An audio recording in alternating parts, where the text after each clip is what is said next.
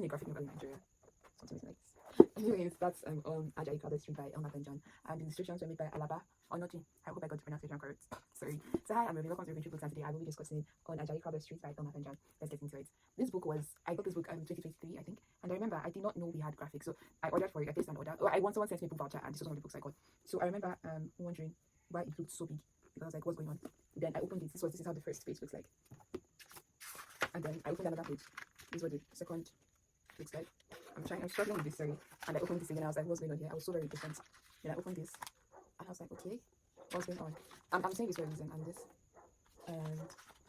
and I was now like, oh, this looks so exciting. I finished it today because it's a very beautiful thing. I mean, I haven't read graphics before. Now, this book talks about a particular street in Lagos, Ajayi Crowthers Street, and we see different very important societal issues take place. We see a pastor's family and how things are in his family, how one of his daughter gets pregnant and the scandal that it raises.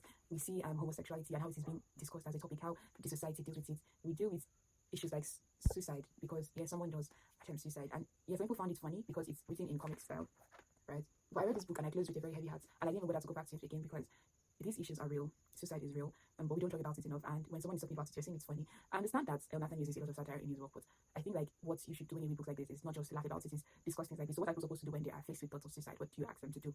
What is the support available in Nigeria for people dealing with things like that? Those are the kind of conversations I expected us to have. So when I saw people say this was a light-hearted read, I was so confused. Like, you could see a list of people listing funny Nigerian books and they will mention this, and I was so irritated. Like, what are you talking about? Because it did not make sense to me that was a funny book. It's not.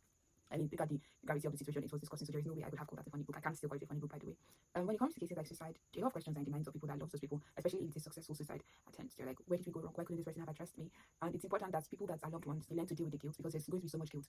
What did I do? Why was I a reason why this person did this? Especially if there's a letter and all that. Because I remember sometime last year, or was it this year, when a popular person, he puts out his suicide note, scheduled it so that long before the post would be aired, he would have killed himself. And it was a very sad thing because he mentioned some names, and then people were debating his mentioning the particular person that, oh, this would make the person feel guilt at his death, because it would feel like, oh, this person could have done something differently. But yes, the thing is, I've realized that as humans we are very limited. There's only so much we can do. And I'm not saying this as an excuse like, oh, do your list for people you love. No, I'm saying this because we can do our best for people we love and they still end up killing themselves. Not because we didn't try hard enough, but because when suicide is in someone's head, they don't really listen. They're not really themselves. It's a medical condition. We don't treat depression as something that is of concern, and depression is as terrible as almost any health condition. Recently I read a post on Instagram where a woman lost her daughter to suicide, and she said that to her depression is as serious as cancer. And I got where she was coming from. But the thing is with depression is most of the time some people can mask it so well that you can't even see it. There's a particular kind of depression, I don't know if it's confirmed, called high functioning depression, where the person is doing everything right, they're keeping their room tidy, they're not slacking off work, but deep down they're crashing out.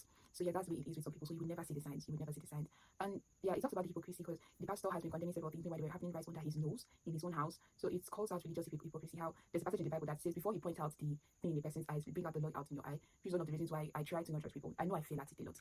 Sorry. But if we really look at that verse, it's saying that most of the times, if we really look inward, we'll see that we're making so many mistakes, and we should pay attention to fixing that first before we call out other people on theirs. And yeah, I think that's pretty much all for me. As always, I love Elnathan's writing. I feel like because of how it was written, people didn't really take it seriously, but I think people should take it seriously. Satire is satire. It doesn't mean you should not take the matter that's been discussed seriously. Anyways, that's all for me for today. Bye. See you in my next video.